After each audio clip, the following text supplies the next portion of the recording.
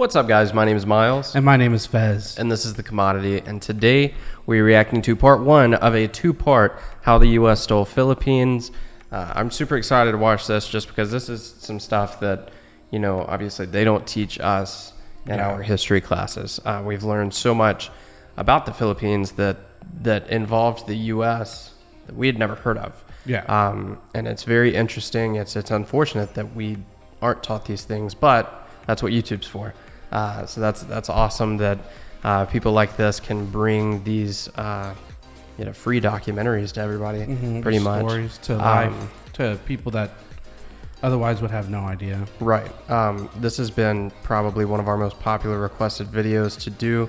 So we are going to make it a two-parter. We're going to do 10 minutes of it today and then 10 minutes of it tomorrow. So before we hop in, guys, if you could go ahead and click that like button, it'll definitely help us get this video out to more people. Also, if you could go ahead and click the subscribe button and the bell notification icon. That way you guys know when we post part two. And if you'd like to help support the channel even more, you can click the join button down below. So let's hop in and check this out.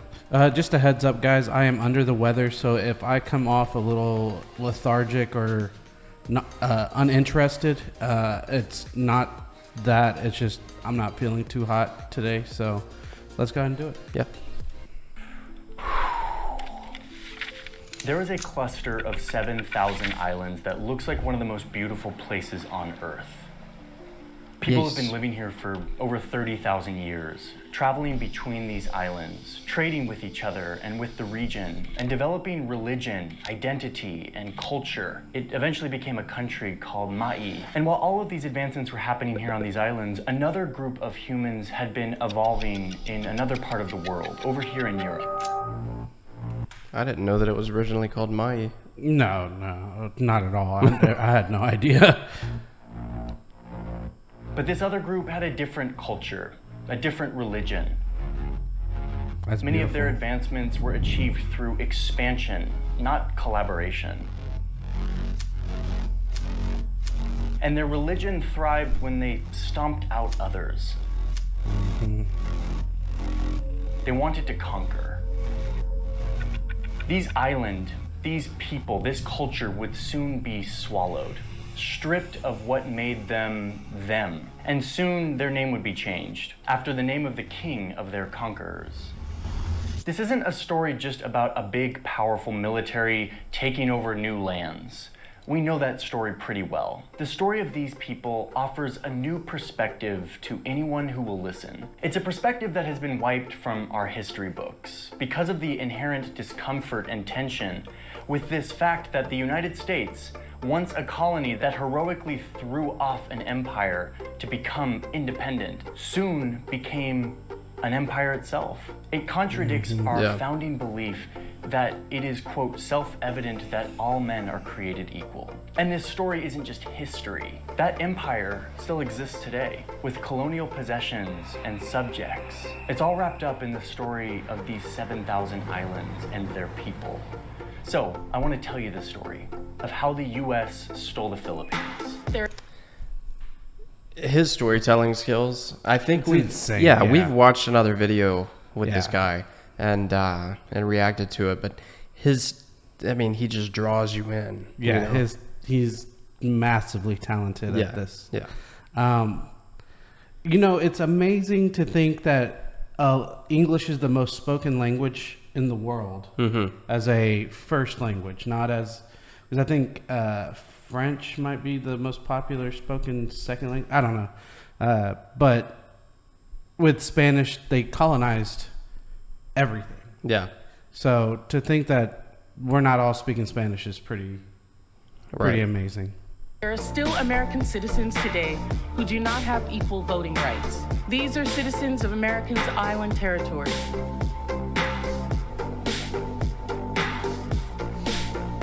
The U.S. Constitution grants citizenship to everyone born on U.S. soil except in one jurisdiction. It's like watching a TV show. He's very talented. This video could be called How Spain Stole the Philippines, since Spain was the first nation to conquer and control these islands like 500 years ago. Actually, exactly 500 years ago.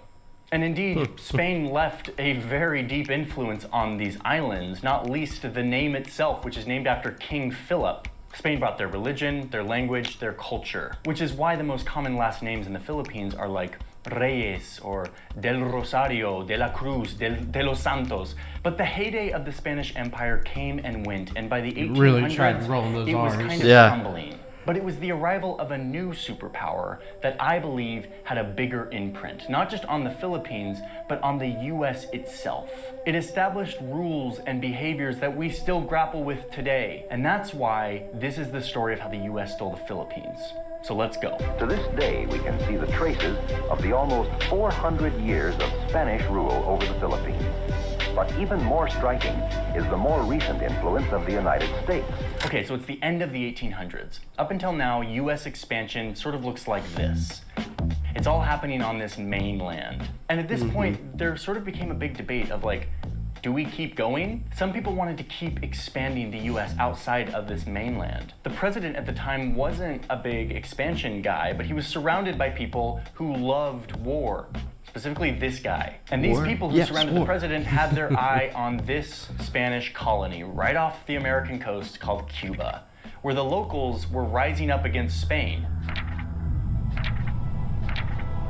Wait a minute, isn't this a video about the Philippines? Why are we talking about Cuba? We're getting there in just a second, okay? So anyway, Cuba. Americans didn't want to go to war with Cuba. They're like, we don't need more war. But thanks to the explosion of an American submarine in Cuba, which was probably an accident, and thanks to some highly unethical journalism that blamed the explosion on Spain, and a big thanks... That's how media works. Things get started. Still to this day. to, again, this guy, Teddy Roosevelt, who at this point was just a peon. He was literally the Assistant Secretary of the Navy. But he somehow cajoled his boss's boss, the President of the United States, to go to war in Cuba to, like, liberate the Cubans from Spain. So the US declared war on Spain in 1898. But this begins a new era of war in the United States. No longer can you just go into war and just, like, take over land. You need an angle. You need to sell the war to the American people. So the angle on this war was liberation. We're liberating the people. The people you liberate will witness the honorable and decent spirit of the American military. No. That's all fake. later. We're talking about 1898. But yes, the whole idea of selling war to the American public didn't really go away after this. Why did the U.S. go to war in Iraq? We're in the early stages of military operations. So anyway, the U.S. is now at war with Spain, which is an empire that is deeply in decline, as I mentioned. It's not going to be hard to win. But soon, it's not just Cuba. The US, really meaning Teddy Roosevelt, who again is just an Assistant Secretary of the Navy. He's like not a big decision maker. He somehow maneuvers the situation to say like, let's liberate next door Puerto Rico. And while we're at it, let's go into the Pacific and liberate Guam and the Philippines from Spain as well. Teddy didn't even ask his boss to do this. He literally sent off a cable to the Navy commander in Asia that was like, George Dewey, go attack the Philippines where Spain is. That is what your mandate is. And George Dewey's like, okay, I'm being told to go to war with Spain and the Philippines. Teddy was sort of the mind like better to ask forgiveness than permission. I mean, I get that, but... Yeah, I do too, actually. I've recently thought about that at work. I was like, I can't do it. Or, I mean, technically I could do it, but I'd rather just apologize later on. Yeah. And ask for forgiveness. I mean, honestly, I think that's what most people do is it's better to ask for forgiveness than permission, because just so you say can no. do what you want, you know. But at the same time, you know, this is a little different. This is hugely different circumstances. Yeah. And now, because of Teddy Roosevelt, who we literally named the teddy bear after, side note, we are at war not in the Caribbean only, but also in the Pacific. The U.S. arrives to the Philippines and sees that the locals had already been fighting against the Spanish for like years. The Spanish were weak and were totally declining. So it's like the top of the 9th inning or like the 4th quarter of the Spanish in the Philippines. And the US shows up and is like, let us liberate you. And the Philippines were like, well, we've sort of already been fighting this bloody war for years against the Spanish. So yeah, I guess United States, if you want to come help us deal the final blow to Spain, like sweet. So George Dewey, this Navy commander, and his fleet show up to Manila. Meanwhile, back in the US, people are like, wait, weren't we just supposed to invade Cuba? What are we doing in the Philippines now? And the US government's like, because the Philippines is a perfect hub for commercial opportunities in Asia, and we think that if we don't take it, Japan or Germany might take it, which would clearly diminish our geostrategic advantage in the Pacific. No, they didn't say that. They said, we want to liberate the people of the Philippines. Liberate. The people you liberate We're just trying to help will witness the honorable and decent spirit of the American military. So the Spanish see the US arrive to the Philippines and they're like, great, we're done. So the Spanish military commanders ask to meet with the US military commanders. They meet in secret, and Spain's like, listen, I know we're losing, but we really want to save some face here. We don't want it to look like we lost to the Filipino revolutionaries. And I'm not kidding, the Spanish commander literally said that he would, quote, be willing to surrender to white people, but not to the Filipinos. That's so the messed US up. commander's like, okay, there's But, an opportunity here. Yeah. We said we were here to liberate the Filipinos, but we haven't promised anything yet. So we would much rather it look like the US defeated Spain instead of helped the Filipinos defeat Spain. Much better for our brand, says the United States. So together, the United States and Spanish militaries organize a fake battle. A fake battle in which the US would fight the Spanish in Manila, and the Spanish would intentionally lose. And the climax of this whole theatrical battle, according to the plan, was that at the end, the US would storm towards the inner walled city of Manila, the last stronghold of where the Spanish are. Oh, and the key detail in this whole plan, they would not let the Filipino fighters, the ones that had been doing all the actual fighting against the Spanish, join them as they stormed towards the walled city to deal the final blows to the Spanish Empire. Well, and this would mean that the Filipino... I think it's mostly because maybe they're unaware of what's going on. Right. Like, and you don't want them to screw up the situation because, I mean, Well, the countries as big as, or as formidable militaries that are, you know, like Spain at the time and stuff like that, keep everything so secret that I'm sure like even the Filipinos didn't know, and I bet you only like the U.S. Navy knew. Well, they didn't want the Filipinos to join in because it was fake anyway. Yeah, and that's the whole reason why they faked it. They wanted it to look like the U.S. took over. Yeah. So that's a crazy mindset right there. Yeah. You want to stop it here for now, or you want to keep on going? Let's just finish it out. Okay. Honestly, it's 8 minutes left. We'll just finish it out. Yeah, let's do it. Filipinos technically didn't gain their independence. It was actually the U.S. who conquered the Spanish, and then the Spanish were like, oh, can you give us $20 million for our troubles? And the U.S. was like, yeah, sure. So now the U.S. wins the war, and they claim sovereignty over the Philippines. When people like this do videos like this, I really hope that the U.S. military said, yeah, sure. Yeah. We got you, bro. I'd pay money to hear them say that. They did the fake battle. Yeah, they you won got the it. war. Instead of liberating the Filipinos, they just say, hey, we're your new colonizers. Psych. Meanwhile, back in the United States, they got to keep up this white savior liberation narrative that they created to justify going to war with Spain. So you see a lot more theatrical PR by the government. They staged this giant military parade in New York City where this military commander who did the fake war, George Dewey, marches down. They called it Dewey Day. It was like a 2-day parade in New York City. They created a big like military arch for him. He became like a military hero for having like liberated all these people from the Spanish. And then you start to see these like crazy advertisements. And it like was the all soap fake. advertisement that has George Dewey, the commander, washing his hands with the caption, quote, the first step towards lightening the white man's burden is through teaching the virtues of cleanliness. Wow. And on the sides, you have soap being offloaded in the Philippines and being given to the locals. Wow. The U.S. had to frame this That's not racist. as conquest, but They as were the not worried about that back honorable then. duty of the U.S. to civilize these people, That or is in the awful. words of the soap ad, quote, to brighten the dark corners of the earth. Jeez. That is This so is jacked insane, up. and was not that long ago. Okay, so this is where things really heat up. It's 1900 now. Spain loses the war, obviously, and the U.S. now owns Puerto Rico, Guam, and they claim the Philippines. But the local Filipinos who've been fighting for their freedom for years are like, no, no, no, no, no. You just waltzed in here on our rebellion and conspired with the Spanish to make it look like you were liberating us. No, this is our country. We don't need another colonizer. And this is where things really heat up.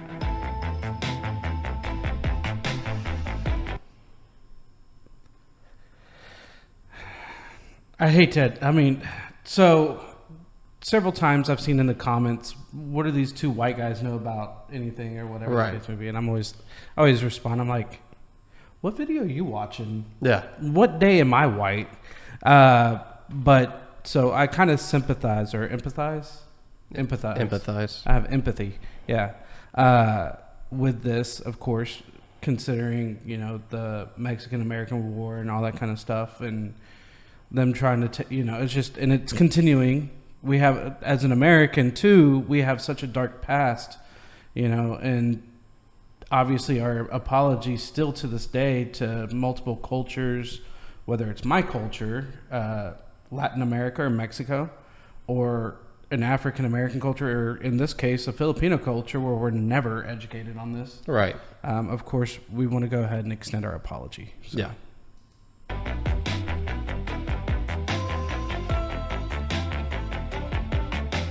The Filipinos start fighting again for their independence, and this time against the United States.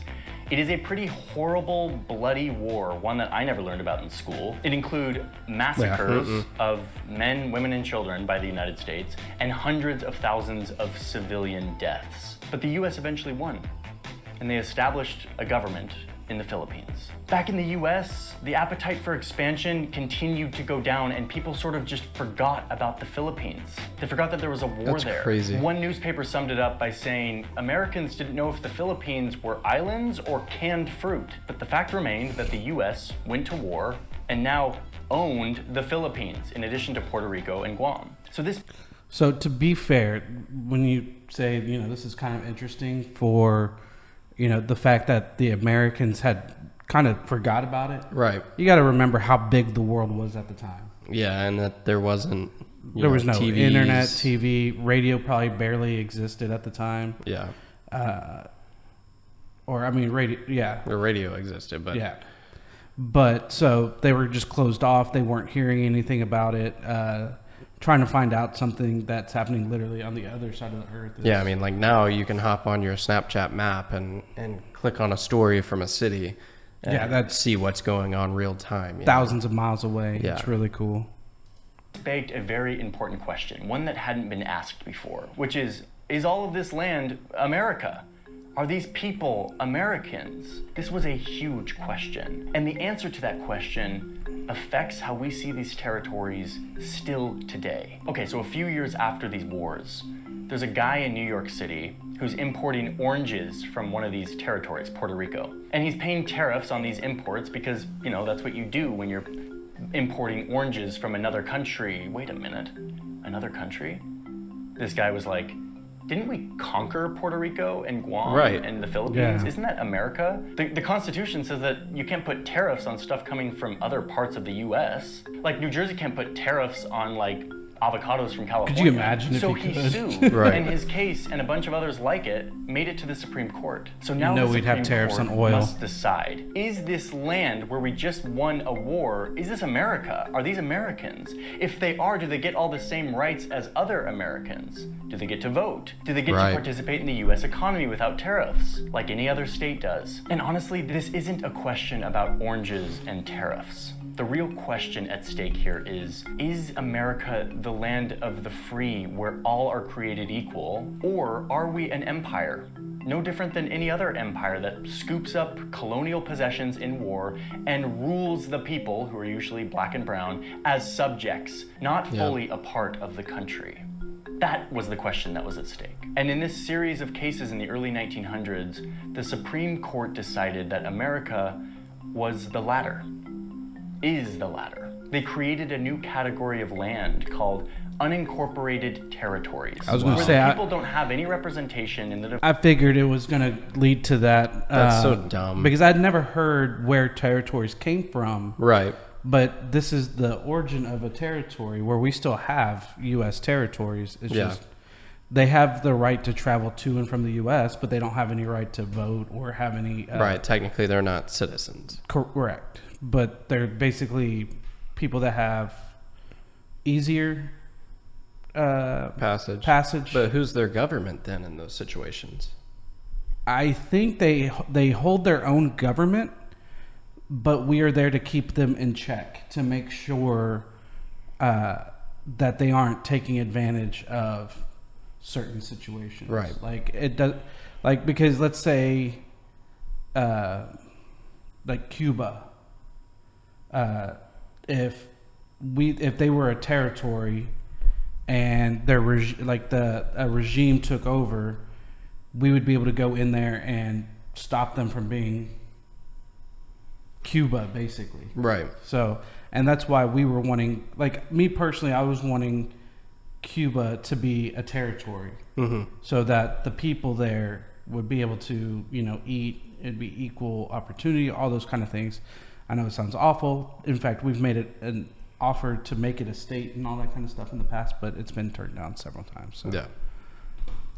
Democracy, but where Congress could create laws on their own, particularly laws dealing with revenue, which would not be allowed by the Constitution for states within the Union. We can create revenue laws, stuff that's totally unconstitutional for other parts of our country. In other words, unincorporated territories are land we control and exploit for revenue, but whose people don't get to vote and don't get the right to trial by jury. So yeah, the Philippines, in addition to Puerto Rico and Guam, remained unincorporated territories.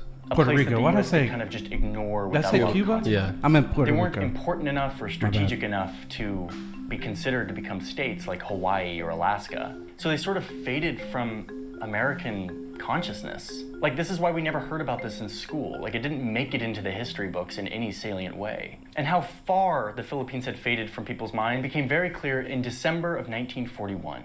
During World War II. The US had owned the Philippines for like 40 years when a fleet of Japanese bombers flew across the Pacific and bombed an American naval base in Hawaii. And a severe bombing of Pearl Harbor by enemy planes, undoubtedly Japanese. But what we don't really remember is on that day, Japan bombed Guam and the Philippines, two American territories, as well as several other American and British territories. That I knew. Yesterday, December 7th, 1941, a date which will live in infamy. In infamy. Here's the draft of this speech. This is the original draft that crazy. FDR spent the day marking up before he gave it. Zoom in a little bit and you'll see on this draft that it mentioned the Philippines originally, but FDR crossed it out. He crossed out the mention of Manila. Yes, the Philippines was on some map somewhere. Yes, we technically owned it. But the people really didn't want to hear about it because these people weren't Americans. That's crazy. The Supreme Court had decided that. They weren't going to become states anytime soon. So why mention them? After that day, Japan actually full-on invaded the Philippines. They didn't do that to Hawaii, but they did to the Philippines until the end of the war, at which point the Philippines were finally granted independence. I know it sounds horrible that they left them out, but I think the whole narrative of them going, because we had stayed out of the war up until then, that was actually the reasoning that we got into the war, because the president at the time said he wasn't going to join the war unless provoked to do so. And so now you have this narrative because again, you have to sell it on the people, because the people will fight against you of the country. So in our situation, it's the U.S. We just got bombed, but if you would have said the Philippines just got bombed, it's just like, why do we care about that? Because now they're kind of looking at, and this is just speculation. I'm guessing here. I'm reaching. That these people don't care or want to spend money protecting another country when our country just got hit. Right. So I'm not saying that it was justified. I'm just saying that I kind of understand why it was done this way, because priority number one is, or was, and it's not that it was okay. I'm just saying this is the way that I'm perceiving it, that they were selling war for the United States. Bringing up other countries would probably like regress it a little bit. Right. So that's just my guess, is that it was just trying to sell war to the American people, which it was already. I mean, that's basically the same concept as 9/11. Mm-hmm. You know, Pearl Harbor was at the time the most like impactful war crime in America's history at that moment, up until that moment. And then 9/11 was the same concept. Had we mentioned, like, let's say they went after like Puerto Rico or something like that, or another U.S. territory, we wouldn't have mentioned that. Or right. We would have probably ignored that, to be perfectly honest. Or maybe not. I mean, times have changed. Yeah. We might be like, we got to go protect our brothers and sisters in one of our territories, or period, just brothers and sisters, and we got to fight for us. Because, I mean, there was attempts of the same, not necessarily planes, but like bombings and stuff like that in the UK and stuff like that. So, I mean, it's a crazy thing, and I think it's just them trying to sell war. Just like what he was saying earlier. It was an attempt to sell war. That's why they omitted other countries. Right. Not saying it's okay, just saying that's my assumption. 1946. Fast forward to today, and this "we own you, but you're not really Americans" precedent established by the Supreme Court still applies to 4 million people who live in unincorporated territories. Or let's just call it a spade. Let's call them what they are. These are colonial possessions. The people who live here don't experience the full rule of law. They don't get trial by jury. They don't have full representation in our democracy, and they don't get to vote for the president. This is why when a hurricane hits Puerto Rico, the government response is not nearly what it should be. The way Trump talked about that was so awful. Another country as not a part of us mirrors exactly how the Supreme Court talked about these unincorporated territories. They're for revenue, not to compete with American farmers. We conquered these places, but we didn't want to bring the people fully into the American project. We left them out, and there they remain today.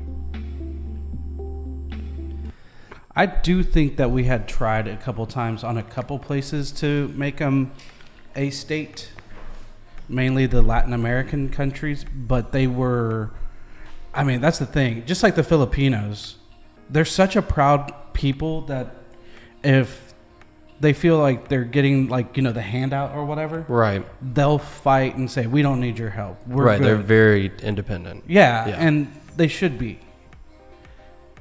However, like, I would have loved to see some of these countries become statehood, right, if they were willing to, or if they wanted it. I'm not pro forcing it, because what other state? Oh yeah, no, they're talking about Washington D.C. becoming a state. Yeah. So it can have representation, because D.C. I don't think can represent itself in elections and stuff like that. Right.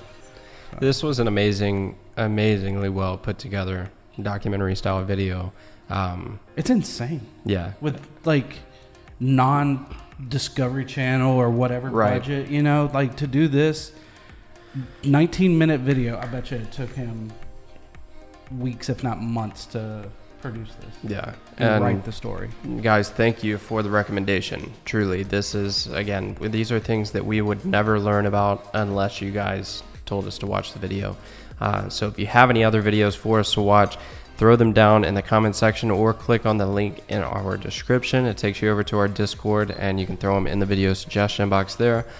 Also, if you would, go ahead and give this video a like. Helps us get the video out to more people, and it truly helps out the channel. If you enjoyed this video and you want to watch our next ones, click the subscribe button and the bell notification icon. And if you'd like to help support the channel even more, you can click the join button down below. And with that being said, my name is Miles. My name is Fez. Thanks for watching, guys. Peace out.